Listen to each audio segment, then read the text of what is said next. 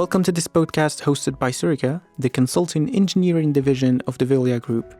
This is the second episode of our journey exploring our strategic priorities and the sustainable solutions we bring to our clients and the planet. According to the United Nations projections, by 2030, the world could face a 40% water deficit. And by 2040, water stress and drought could be as damaging as floods and affect up to 40% of the world population. Besides the water crisis, the energy sector also faces significant challenges. The production of fossil fuels like coal, gas and oil accounts for a staggering 80% of the global primary energy production, and 2/3 of the world's electricity still relies on these finite and polluting resources. In the field of waste, optimized waste management is crucial globally, as the sector contributes to greenhouse gas emissions, but also has a huge potential to mitigate and reduce them. The question of resilience is fundamental to every project, whether it involves water, energy or waste. Today, to discuss how we support urban resilience and access to essential services, we welcome Vincent Jalbert, Head of Seureca's Energy Division, and Olivier Duthoit, Head of Seureca's Maghreb, West and Central Africa Zone. Let me start by asking this opening question. In your own words, what defined urban resilience? The resilience of territories is their ability to anticipate, react, adapt to disruptions, whether slow or sudden.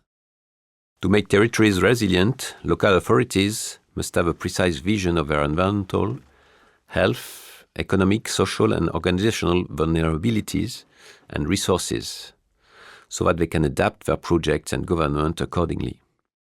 When we talk about resilience, we are of course referring to a city's or region's ability to limit the effects of natural disasters, particularly floods, but it's also about sobriety, which means its capacity to reduce its consumption of resources and thus reinforce its autonomy, making it less vulnerable to disruptions in resource supply and availability. To be short, it's about being able to provide the same service to its population while extracting less resources. Urban resilience also means that energy infrastructure are more reliable, with more robust and redundant infrastructures, which can continue operating during but also after disruptions.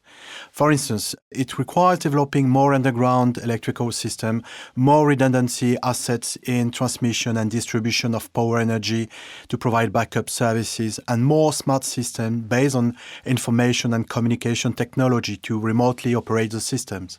In developing countries, the challenges are particularly significant. How does this affect access to essential services? Africa is currently experiencing the fastest population growth rates on the planet. The population on the African continent is expected to double by 2050. This strong demographic growth particularly affects cities. United Nations estimated that by 2050, nearly 1.5 billion Africans will live in cities compared to less than 500 million in 2015. This increasingly large urban population poses major problems to local authorities in terms of urban infrastructure and access to essential services. Although access to drinking water has become a priority for local authorities and donors, much remains to be done. Wastewater treatment and, to a lesser extent, waste management have always lagged behind on the African continent, most often due to a lack of funding to create the infrastructure and financial resources to operate it. Today, less than 20% of the African population has access to a safely managed sanitation system, and in sub-Saharan Africa, solid waste management is an important issue, since the production of tons of waste is expected to triple by 2050, according to World Bank report. In developing countries, access to drinking water and sanitation remains a major challenge. What is actually Seureca's contribution to resolving these essential issues? Seureca assists local authorities in the planning of infrastructure to meet the population needs in terms of drinking water, wastewater, and solid waste management, in the study and monitoring of the construction of this infrastructure, and finally in the operation and maintenance of these infrastructures, with the aim of optimizing the use of resources linked to a management of these services. For instance, we have recently updated the sanitation and drainage master plans for the cities of Lomé in Togo and Douala in Cameroon, and are also involved in updating the drinking water master plan of Antananarivo in Madagascar. We have also studied and monitored the construction of Lamé plant in Côte d'Ivoire, which has boosted Abidjan's drinking water supply to over 2 million inhabitants. Also in Abidjan, the Aquedo landfill site, once the city's historic landfill, has become saturated and surrounded by housing due to urban growth. Seureca studied and monitored the rehabilitation of the Aquedo landfill to limit its nuisance and even turned the oldest part of the landfill into an urban park. Thank you, Olivier, for your perspectives on drinking water and sanitation. Energy is also at the heart of urban transformation. What is Seureca's approach to decarbonization, sustainable energy provision, and the energy mix for growing cities? Our projects are based on an approach that combines a number of activities.